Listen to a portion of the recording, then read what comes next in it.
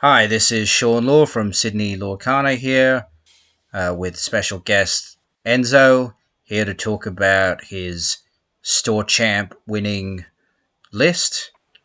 So it's slightly different than his top 32 DLC list. So let's uh, let's talk about the list and welcome to the channel again, Enzo. Hey, Sean, great to be back again. And let's do this. All right, so let's look at your one drops this time round. So, All right. uh, So we got the same amount of same one drops. Um, I did try changing to Palace Guard, but there wasn't much pressure he was dropping. So still stuck with Olaf, still stuck with Rafiki, and have Captain Hook. So I think that's a good amount of like early pressure from just the 6 cards. And then turn one Olaf. I mean, it's a 2-1. So worst case, he's there to hit something back. Um, And then for 2 drops, we've got Doc as usual, Christopher Robin. It's just great to have a 2 questing body. And then I swapped um, Pocahontas for Calhoun or Black Heron, but I was trying to keep my uninkables low, so I opted for Black Heron, just being a 2/3/3 body. Um, and it doesn't die to being boosted by another cat, so at least it's just a good 3/3 stat line. yeah, and was the I guess with the did you find the like not having the Pocahontas that applying pressure was a bit harder? Well, I this was my first time going to this store, champs. It's a rather recent store, so I wasn't sure what the local meta would be like.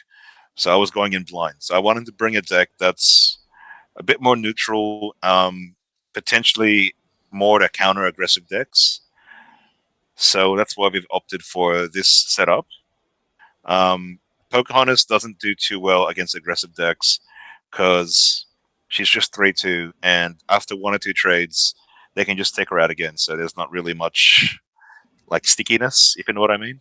Yeah, yeah. So going into a new set, champs, with the location you haven't been to Mm, before, you opted for Heron because the 3-3 stat line really stands out compared to Calhoun and Pocahontas having the 3-2 mm. because the cat boosting the damage bypasses Calhoun's Yeah, resist, and that would still take out a Pocahontas. And I guess because if you're going into an unknown field, you don't know whether it's uh, blue heavy or aggro heavy.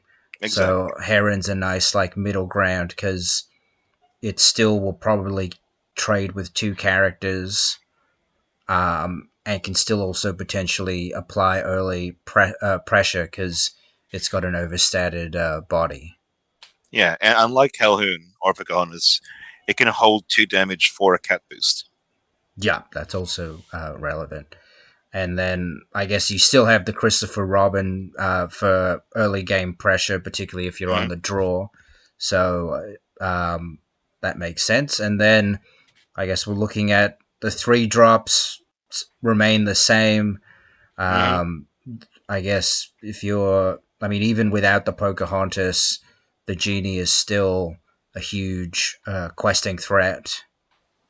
Yeah, because even if they try and let's say if I'm versing a Blurple deck and they Elsa the genie, they're gonna have to hit it with 2 characters and they're gonna leave 3 damage on each. So that allows me to clean up with cannons or an angel as well. Yeah, that makes sense. And then this we look at your 4 drops. So this is where it's changed a little. You've gone down on genies, brought in the Tigger. Do you want to Mm. talk a bit about why that change was implemented? Yep. Again, so I wanted to have a low on inkable count. So with having docks, genies, and cannons, if I opted to have 4 genies, I'd be sitting around 12, and I was trying to keep it again quite low. So this is comfortably at 8. Tigger is there to be a bit more versatile in bouncing heavy questers on their side that are just two costs, like a Lilo or Nala, for example, just having that three questing power on their turn. So I was trying to slow out the game. Plus, when he comes down, he's a 4/3 body.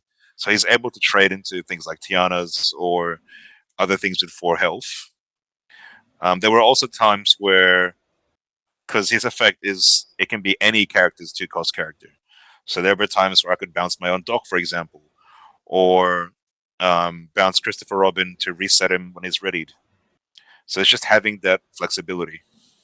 Yeah, so it was more like giving flexibility, but also because you've put in Fire of the Cannons, you wanted to reduce your uninkable count. Hmm. So that was sort of the compromise there. Yeah, it was. And um, as we get to the 5 drops, we can talk about some things that I experienced were some weaknesses in this decks. But moving on to Yzma, again, just 4 cost, 3/3 quest for 2 with the ability to refill your hand. Works well with Angel again. And then Angel being 3/3, resist 2 with no cards, able to ping characters. She's basically a fire the cannons on a body. Yeah, but I noticed with this list, I think your previous list had three angels. You cut it down to two. Was Mm. that so you could fit in the Fire the Cannons? It was, and I was just trying to see if, because I mean, Angel and Fire the Cannons are essentially the same card, but the difference is one can quest and attack. And there were there were actually some cases where I had Angel and Fire the Cannons in hand, and she just ditched Fire the Cannons to deal what it does anyway. So I just thought that was funny. Yeah. And then I guess now we're on your 5 drops. So I Mm, guess you got Elsa that doesn't need much explanation. That's already one of the best purple cards in the current rotation. hmm. Now with Hades, I think your previous list had four. You've now cut it back to three. That also to fit the second fire, the Yeah, cannons. yeah. I figured I'll cut back on some draw engines to fill in the spaces where I can deal more damage. But I later found out, as I played in the Swiss, most decks that had evasives, I struggled a bit into because I originally had 8 evasives, and then Cheshire to help boost as well. But just having 6, not seeing Genie on 4 or Elsa on 5, kind of made me struggle, and I was losing the evasive wars.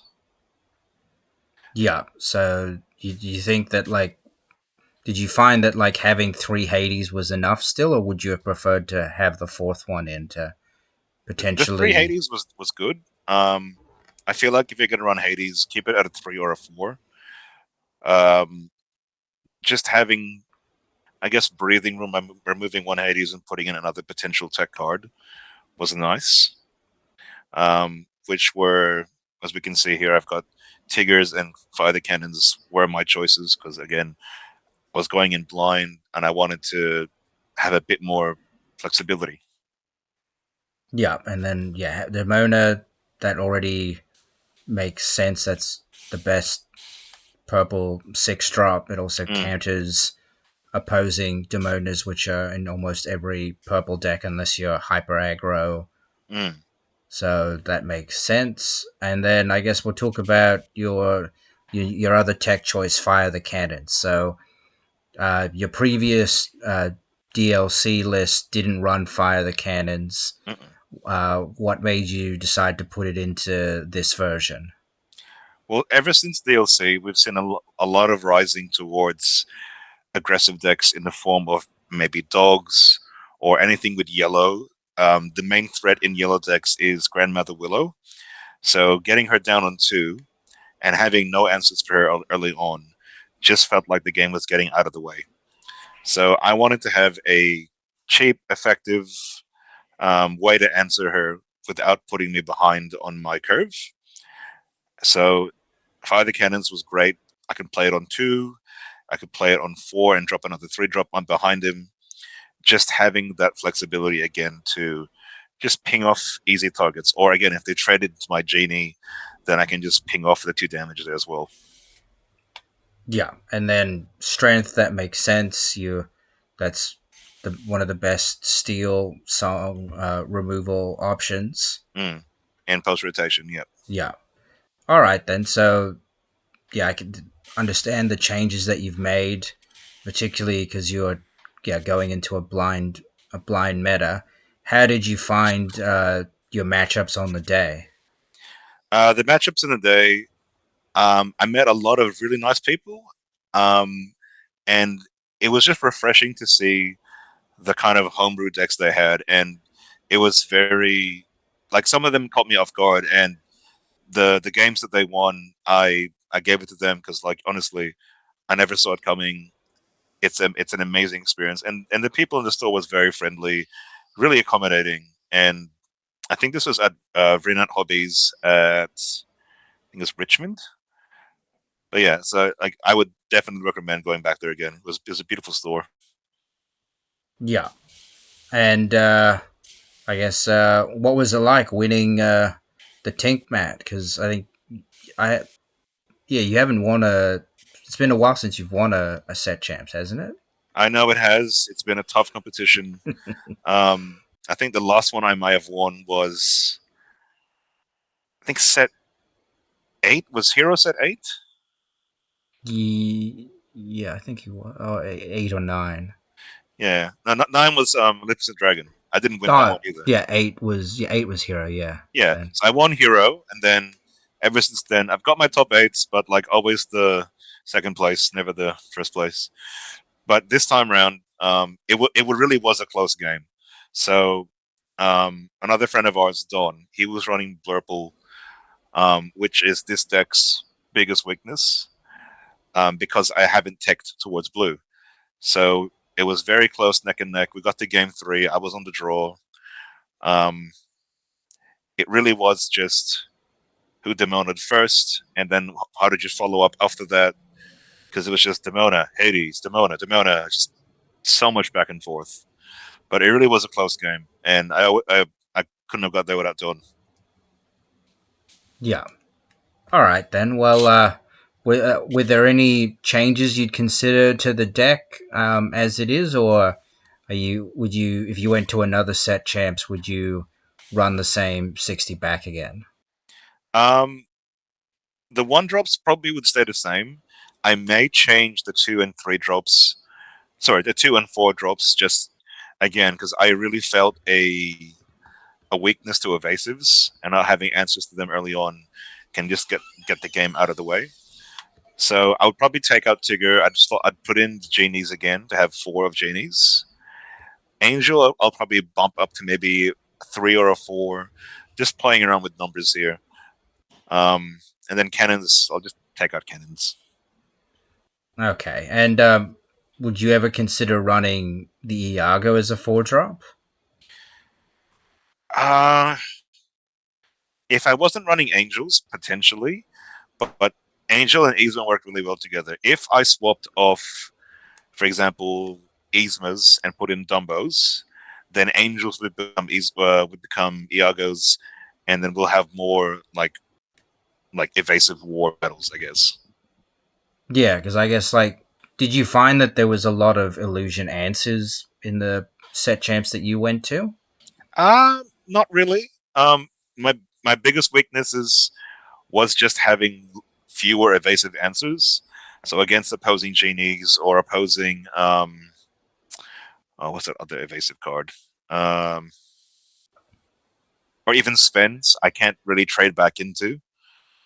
Yeah, Svens would be pretty rough against you because they take out your they could take out your Elsa and still survive, or take out a Mm. genie still survive, and then I you have have nothing to to ping it back.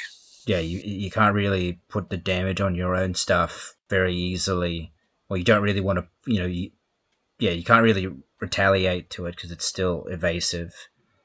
Yeah. If So yeah. if the game does move back to a more evasive meta, then there are some potential three drops I can adjust to make it a bit more manageable. Yeah, I guess you could put back in the like Lexingtons or yeah, that's probably a good 3 drop to run.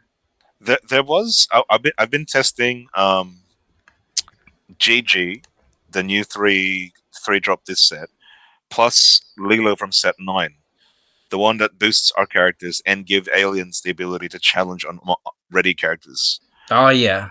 Okay, yeah. Well, I was going to ask about GG as well because I've seen some people adopt that as a good 3 drop because I mean it's with cat moving damage onto it could make it a bit weaker, but also the fact that it's still like a 4/4 when it doesn't have the damage, and then even if it gets the damage, you just use your cat to move it off. Yeah, and Could I'm able to be quest with it because if I have Lexington, for example, yes, he's a great stats 4/4 on turn 3, but if they Elsa him or if they demon me early on, he's just gonna be stuck for a few turns, and I don't like that. What's it called? I don't like that liability. yeah. I guess also if you play him early on, you're also like even if you take out something, you're probably still gonna have on turn 4, you're probably still gonna have 3 cards in Mm. hand. So yeah, I guess GG having the ability to still ready uh, could be also something. Yeah. Plus, again, the 3 cost Lilo just having little funny synergy with Angel because she's an alien and Gigi's also an alien. Yeah. So I mean, yeah. Also, that potentially like having a character that can boost your whole board on entry can also potentially catch people off guard because Hmm. no one's really playing around. People are playing around maybe a character getting bigger, but even then, that's not like there's not many of those characters being run. So I guess that could also potentially like Lilo could potentially win you a game if it buffs your stuff, you trade well, and then they try to stabilize by playing some characters, and then suddenly your GGs and Angels are still getting rid of their readied characters, so they just fall Mm. further and further behind. Yeah, I just miss Crab. I miss Merlin Crab. Yeah. Well, yeah. Well, thank you for talking about your deck and the changes that you've made to it, and hopefully we'll see you again to talk about a future deck tech. Yeah, absolutely. All right, then, and well, if you guys like the content, remember to like, comment, and subscribe. Thank you. Peace. Take it easy.